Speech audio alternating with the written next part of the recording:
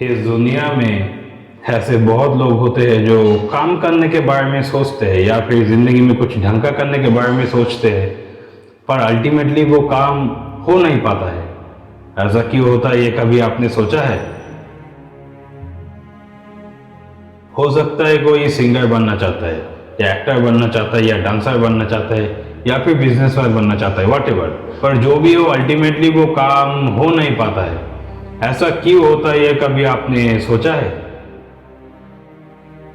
क्योंकि हम Indian families की बचपन से एक ट्रेडिशन है कि बच्चे को 10 साल बाद उनके सर में ये डाल दिया जाता है कि बेटा अच्छे से पढ़ाई कर, एक अच्छी डिग्री हासिल कर, सरकारी नौकरी ले ले, उसके बाद शादी कर ले, घर बसा ले, फिर इस दुनिया से चला जाए। Strong financial background and secure job, इस वजह से क्या होता है कि वो अपने टैलेंट का गला घोट देते हैं और वही काम करते हैं जिस काम में उनका इंटरेस्ट ही नहीं है। आप जो काम कर रहे हो, एक्चुअल में क्या आप वो काम करना चाहते हो या वो काम करना पड़ेगा इसीलिए कर रहे हो?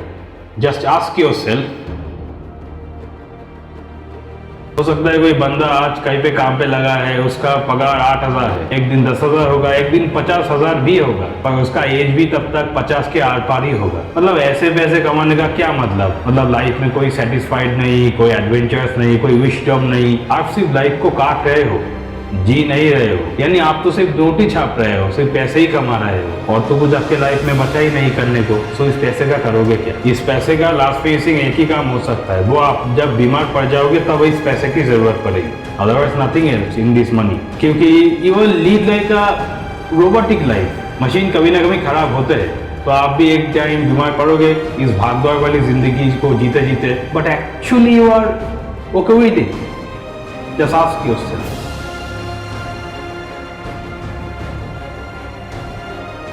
और कितने दिन ऐसे जियोगे?